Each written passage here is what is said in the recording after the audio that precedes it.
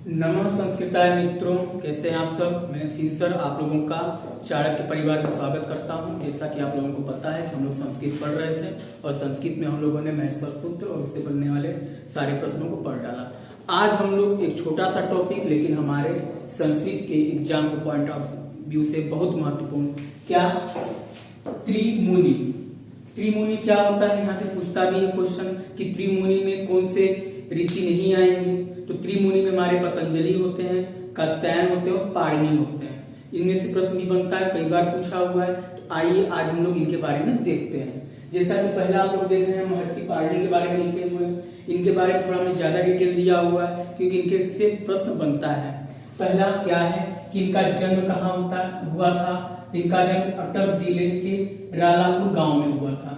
इनके पिता का नाम पड़ी, माता का नाम दाची, गुरु का नाम कहीं कहीं वर्ष मिलता है और कहीं कहीं उपवर्ष मिलता है। बस आप लोग वर्ष याद रखे रहिएगा, ठीक। और इन्होंने जो ग्रंथ की रचना की, उस ग्रंथ को हम लोग क्या बोलते हैं, अष्टाध्यायी बोलते हैं। क्या बोलते हैं, अष्टाध्यायी। अच्छा, यहाँ से प्रश्न और पूछता है आप लोगों से कि अष्टाध्यायी में कौन सी संधि है और कौन सा समास है। तो कई बार ये पूछा हुआ है, तो आप लोग बताइए, आप लोग संधि और समास पढ़े होंगे। तो अष्टाध्यायी में कौन सी संधि है। यहाँ पे आप देखिए, संधि हमेशा बीच में से पकड़ी जाती है और यहाँ पे क्या लिखा हुआ है, टा आ, यानी क्या, दीर्घ संधि, ठीक। तो यहाँ पे कौन सी संधि है, तो हमारी दीर्घ संधि है। और समास कौन सा है, तो आप लोग जानते हैं कौन सा समास होगा, द्विगु समास होगा, क्योंकि द्विगु समास का पूर्व पद संख्यावाची होता है और यहाँ पे लिखा हुआ है अष्ट यानी 8, ठीक है ना। ये कौन सा समास है, हमारा द्विगु समास है, ठीक। अष्टाध्यायी को ही कहीं कहीं किसी और नाम से जाना जाता है, इसलिए हमने इसका दूसरा नाम भी लिखा है। क्या है, शब्दानुशासन, ठीक। अगर आप लोगों से पूछ ले कि महर्षि पाणिनि ने या महर्षि पाणिनि के द्वारा रचित पुस्तक का नाम या ग्रंथ का नाम, तो अब आपको पता है कि क्या है, अष्टाध्यायी। लेकिन अष्टाध्यायी ऑप्शन में नहीं दिया। तो अब आप लोगों को जब ये पता रहेगा कि उसका दूसरा नाम शब्दानुशासन भी है, तो शब्दानुशासन रहेगा तो आप उसको टिक कर लेंगे, ठीक ना। चलिए, उसके बाद इन्होंने एक पुस्तक और लिखी थी जिसका नाम क्या था, जाम्बवती जय। और इस जाम्बवती जय को हम लोग पाताल विजय के भी नाम से जानते हैं, ठीक। ये हमारा महर्षि पाणिनि के बारे में था।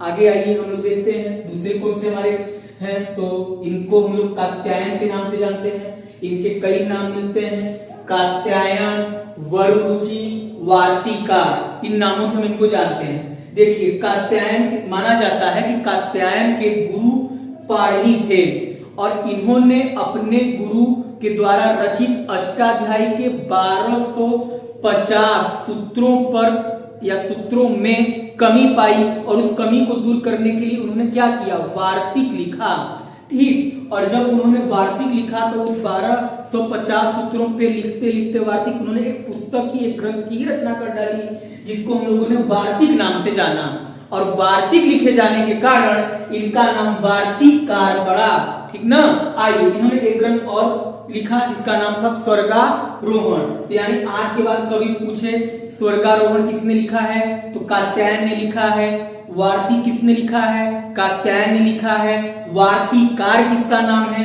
कात्यायन का ही नाम वार्तिकार है। और वार्तिकार होने के कारण, अच्छा, वार्तिकार क्यों पड़ा नाम, तो इन्होंने वार्तिक लिखा था, इस वजह से इनका नाम वार्तिकार है। और वररुचि भी इनका नाम है, ठीक। आइए हम लोग तीसरे को देखते हैं।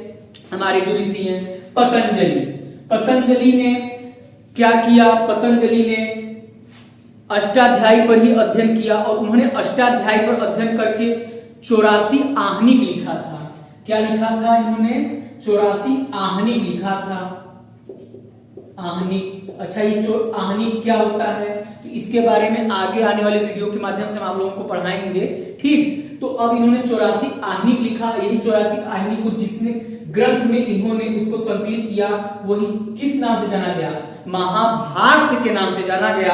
और जब महाभाष्य इन्होंने एक ग्रंथ लिखा, इसीलिए पतंजलि का दूसरा नाम भाष्यकार होता है। क्या होता है, भाष्यकार होता है। इसके अलावा इन्होंने भी एक दूसरी पुस्तक लिखी जिसका नाम क्या है, महानंद काव्य। तो महानंद काव्य के लेखक कौन है, या किसके द्वारा महाकाव्य लिखा गया है, तो पतंजलि के द्वारा। पतंजलि का दूसरा नाम क्या है, भाष्यकार है। ठीक, अब देखिए कि यहाँ से प्रश्न कैसे बनता है। अब देखिए आगे हम अष्टाध्यायी के बारे में थोड़ा सा और चीजों पर डिटेल कर लें। ठीक, अष्टाध्यायी जो होता है हमारा, अष्टाध्यायी जो होता है, एक मिनट, चलिए दोस्तों, जैसा कि आप लोगों को पता है, मैं त्रिमुनि में पाणिनि के बारे में, वररुचि के बारे में और पतंजलि के बारे में बता दिया। पतंजलि का दूसरा नाम भाष्यकार, कात्यायन का दूसरा नाम वररुचि, उसके अलावा दूसरा नाम क्या है, वार्तिककार। क्यों पढ़ा, क्योंकि इन्होंने वार्तिक लिखा, ठीक ना। और इनका नाम भाष्यकार क्यों पढ़ा, क्योंकि इन्होंने भाष्य रूपी, महाभाष्य रूपी रचना, महाभाष्य रूपी ग्रंथ की रचना की है। ठीक ना। आइए थोड़ा सा हम लोग अष्टाध्याय के बारे में थोड़ा और अध्ययन करते हैं। ठीक, तो जो हमारा अष्टाध्यायी है, अच्छा, इसमें आप लोगों से पूछेगा अष्टाध्यायी में अध्यायों की संख्या कितनी है। अष्टाध्यायी में अध्यायों की संख्या कितनी है, अध्यायों की संख्या, तो अष्टाध्यायी में ही लिखा हुआ अष्ट, अष्ट मतलब 8। तो आप लोगों को रटना नहीं है, यहाँ पे समझना है, ठीक ना। तो अष्टाध्यायी में अध्यायों की संख्या कितनी है, 8 है। और प्रत्येक अध्याय में पादों की संख्या कितनी। अब आप पूछेंगे पाद किसे कहते हैं, पाद, पाद का मतलब होता है चरण। और आप लोग जब हिंदी पढ़ते होंगे और हिंदी में जब आप लोग छंद पढ़ते हैं तो आप लोग एकेडमिक में पढ़े होंगे, दोहा, सोठा, चौपाई, उसमें लोग नहीं पढ़ते थे कि दोहा में 4 चरण होते हैं ऐसे करके। तो चरण को ही संस्कृत में पाद बोला जाता है। तो अब आप लोगों से पूछता है कि अष्टाध्यायी में पादों की संख्या कितनी है, पादों की संख्या, तो प्रत्येक अध्याय में पादों की संख्या कितनी है, 4। तो टोटल कितने अध्याय है, 8। और प्रत्येक अध्याय में पादों की संख्या कितनी, 4। तो टोटल कितना हो जाएगा, हमारे पादों की संख्या हो जाएगी 32। ठीक, तो जैसा कि आप लोगों को पता है। ठीक, अब उसके बाद आप लोगों से एक क्वेश्चन और पुटअप करता है या पूछता है,